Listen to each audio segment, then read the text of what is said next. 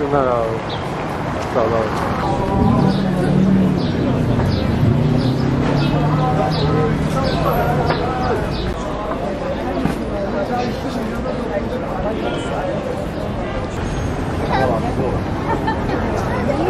Evet, çok. Bugün Türkiye'de en büyük problemlerden birisi sorunlaştırılmış Kürt meselesidir. Bugün Türkiye'deki en büyük sorunlardan biri Kürt meselesi. Çünkü Kürt meselesi bütün problemlerin temelinde yatıyor. Ekonomiden hukuka, hukuktan eğitime. Yani bu 100 yıllık bir acı. Bunun acil bir şekilde çözülmesi lazım. Yani hep bizim kanımız akıyor. Bunun acil bir şekilde çözülmesi gerekiyor. Bu sadece devlet ve siyasi partiler yoluyla olmaz. Şeffaf bir şekilde yani halk uzlaşısıyla yapılması gerekiyor.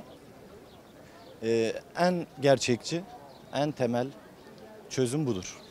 Kürtlerin hakları verilseydi zaten bugün bu röportajı yapıyor olmazdık. Bunun başlıca sorumlulardan biri devlettir zaten. Devlet uygun koşulları oluşturulmalıdır ki halk bunu desteklesin. Yani 10 sene önce 2013-14 sürecinde de biliyoruz barış süreci vardı. 2 yıl boyunca hepimiz gördük ki bir damla kan akmadı çatışmalardan. Yani buna üzülen var mıydı insan ölmüyor diye? Herkes seviniyordu. Ama bugün 10 yıl sonrasında tekrar bir fırsat doğdu. İstiyoruz ki barış olsun, savaş bitsin.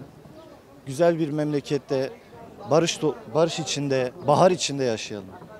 Buradan devlete çağrım şudur. Uygun koşulları oluşturmalılar.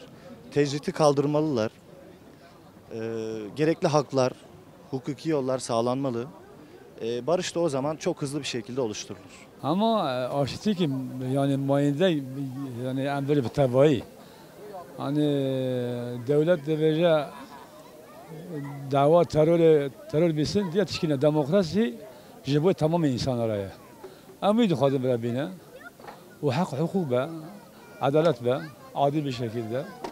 Yani hem Kürtlara hem Türklara hem Lazlara, Araplara fark yok yani. Tabii insanlara. Hem bir duhadım yani.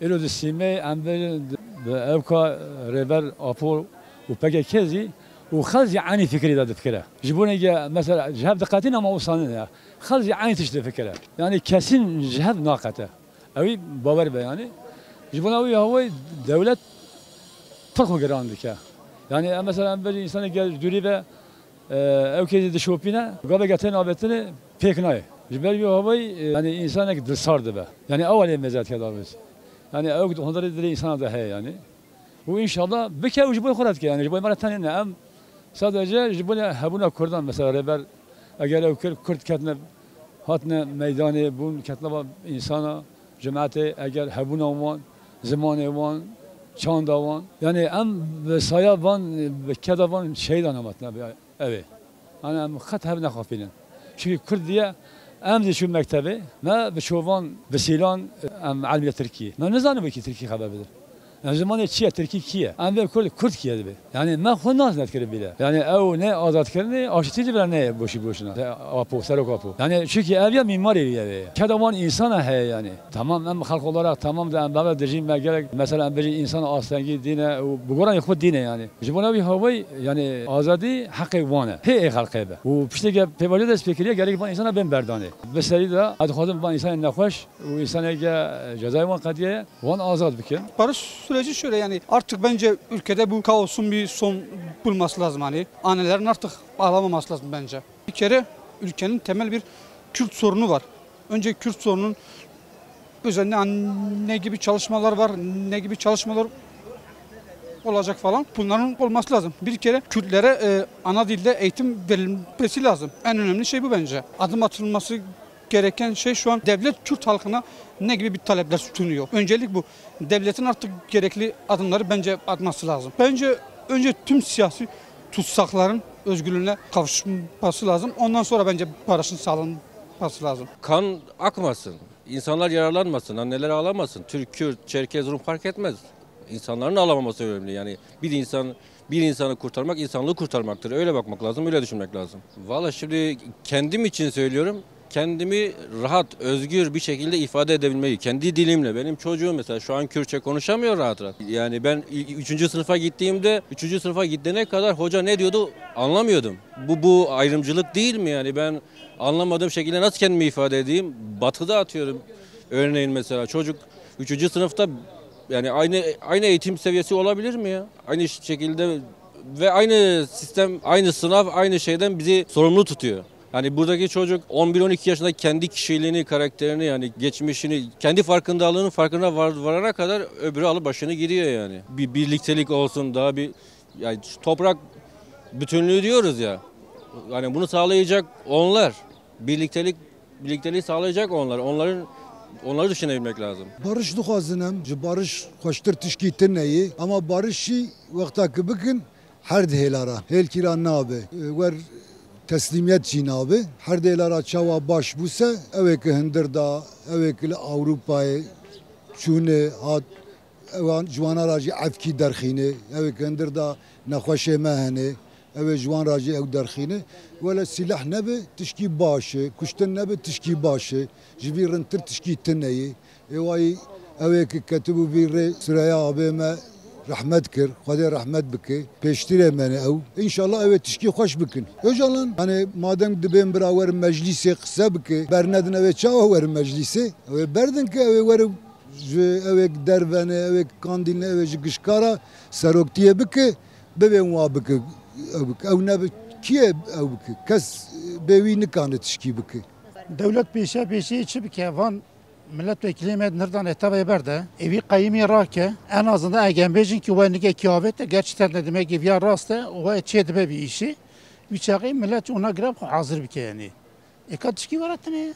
Xaza gele Kürtçe, xaza gele Kürt bizmanı xub peybe, bizmanı xub haber bede yani en azından okula vi hebe, ya işte bizim meclis vi hebe, en azından xun bidin askerni bir dünya yani.